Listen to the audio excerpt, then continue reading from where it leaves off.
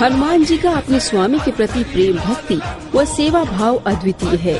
बापूजी ने हनुमान जी का अपने स्वामी के प्रति अनोखे सेवा भाव व निर्मल प्रेम का उदाहरण भक्तों को देते हुए ये भी समझाया कि हनुमान जी की उत्पत्ति कैसे हुई है। हनुमान जी का प्रागट्य दिवस चैत्री पूनम। हनुमान जी के जीवन में जो कर्म को योग बनाने की कला है, उसमें की थोड़ी भी कला इस चैत्री पूनम के निमित्त हमारे जीवन में आए तो हमारा जीवन निष्कलंक नारायण के अनुभव से संपन्न हो जाएगा। हनुमान जी सेवा का महत्व जानते हैं। जिसको अपना रसमय जीवन पाना है तो हनुमान जयंती के दिन हनुमान जी के जीवन लक्ष्य का थोड़ा उद्देश्य बना ले। उत्तम सेवक क्या है? नकली सेवक अधिकार चाहते, वासना बढ़ाते और भोग विकार में तबाह हो जाते। असली सेवक अधिकार बिना ही सामने वाले के तन की तंदुरुस्ती, मन की प्रसन्नता और बुद्धि में बुद्धिदाता का प्रकाश हो, उस प्रकार की सेवा करते हैं। अखा भगत ने तो ब्रह्मानंद स्वामी की कृपा से और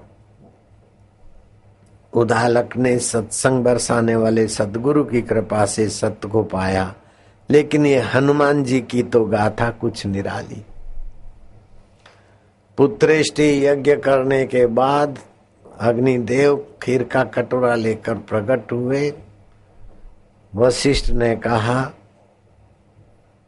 कि विधिवत की पत्नी तुम्हारी कौशल्या जी है, वेदी पढ़ के शादी, वो तो तुम्हारी कई प्रिया है। तो आधा हिस्सा पहले कौशल्या जी को दिया गया खीर का, बाकी आधे भाग में कैकेयी और सुमित्रा। कैकेयी को जब पता चला तो कैकेयी दशरथ पर रूठ गई।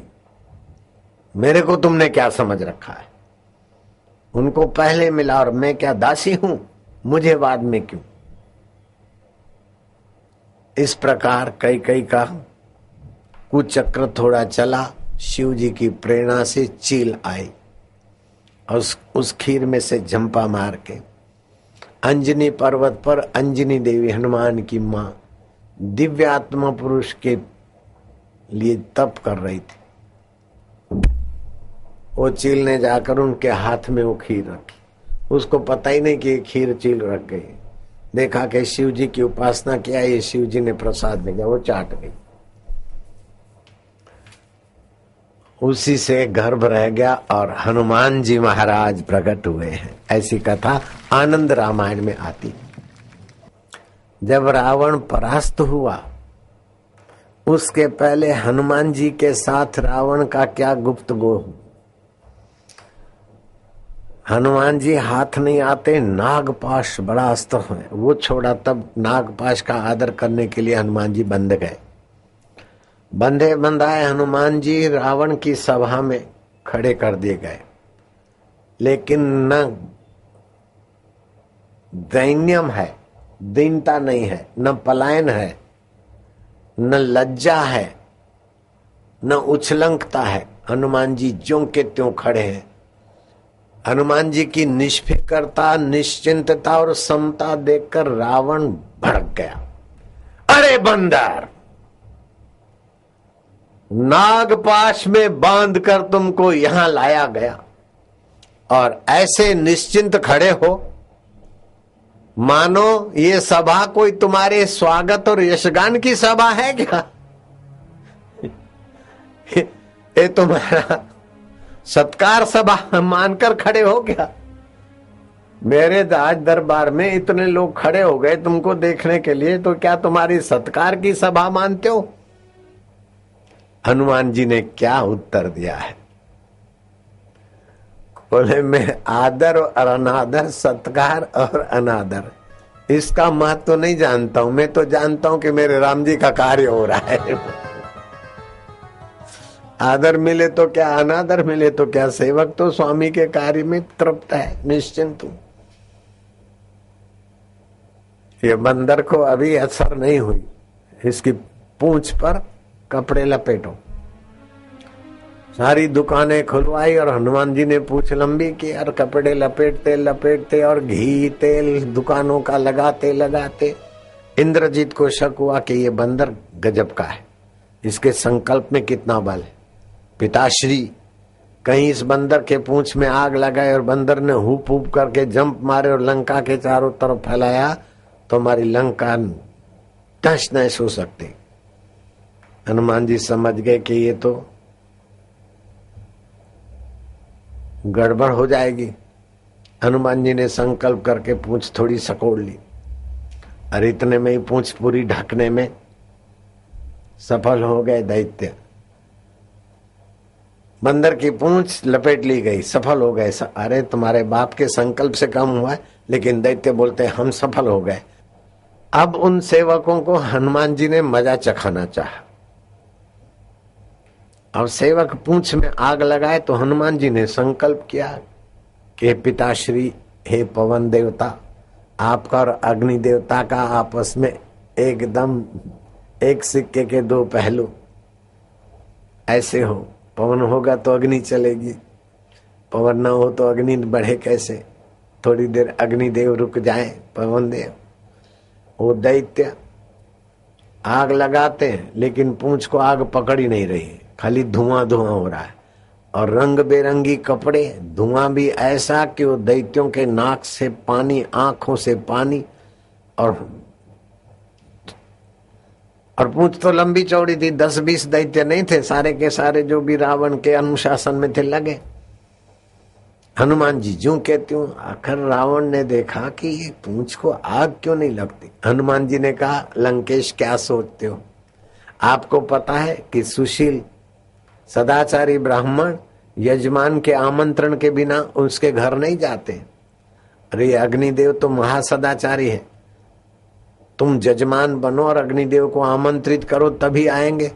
ये दैत्य फूंक फूंक फूंक फूंक के क्या धुआं उड़ा रहे हैं, अग्निदेव तो इन पर नाराज है। जिसको अग्नि प्रकट कराना है वो कुछ करे तभी तो अग्नि आएगी। रावण को लगा कि ये बात तो युक्ति युक्त कहता है, तो अक्ल वाला बंदर। उसको पता नहीं कि तेरा बाप तेरी दाढ़ी मूछ जलाने की योजना बनाकर बोल रहा है। रावण उतरे, अपना कुल्ला बुल्ला किया, हाथ पैर धोए, 3 आचमन लिया, ओम अग्नये स्वाहा, घी भी लगाया, वेदी वेदी बनाई। ब्राह्मण तो पहले ही था यज्ञ याग जान। देखा कि दशानन ये तो एक एक मुंह से फूंकते हैं, तो कभी किसी की फूंक कभी किसी की फूंक, एक दूसरे की फूंक काटती है उनको। और तुम तो 10 सिरों से एक साथ में फूंकोगे तो अग्निदेव तो प्रसन्न हो जाएंगे। रावण ने कहा, ठीक कहते हो, ठीक कहते हो। रावण की बुद्धि ऐसी मारी गई कि जो हनुमान जी ने ठान लिया वो ही करने लगे। उसमें रावण ने एक बेईमानी जोड़ दी कि मैं फूंक मारते मारते खाली पूंछ को फूंक नहीं मारूंगा, ऐसी एंगल से फूंक मारूंगा कि पूंछ के साथ ये बंदर भी जल जाए तो मेरा यश होगा।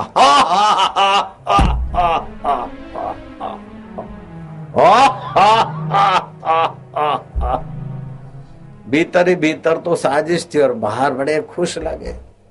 हनुमान जी ने देखा, ठीक है, तुम भी मनाओ खुशियां। हमें तो न खुशी चाहिए न रंज चाहिए, हमें तो राम जी की प्रसन्नता मिल रही है। खुशी और रंज से आनंद ऊंची चीज है, दुख और सुख से, दुख हारी हरि की शांति और आनंद बहुत ऊंची चीज।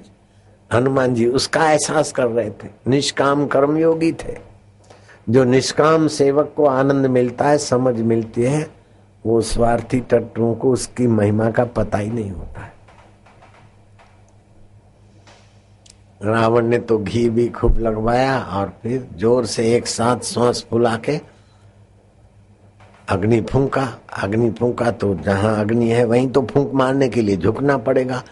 तो एकाएक अग्नि का भड़का हुआ तो रावण की दाढ़ी और मूछें जल गई, तो मुंह छुपा के जाके हनुमान जी बोले क्या हुआ लंकेश? अल्યા શું થયું? 10 મોઢેથી ફૂંક્યા ને તારી દાઢીઓ બધી ક્યાં ગઈ? 10 દાઢીઓ ને 10 મૂછાળા, આ બધું હું થયું કે કોઈને કહીશ નહીં, પણ ઠેઠ બાપુ સુધી વાત પહોંચી છે ને તમારા સુધી પહોંચી છે। किसी को बोलना नहीं, लेकिन बापू तक भी ये कथा पहुंच गई और बापू के प्यारों तक भी पहुंच गई।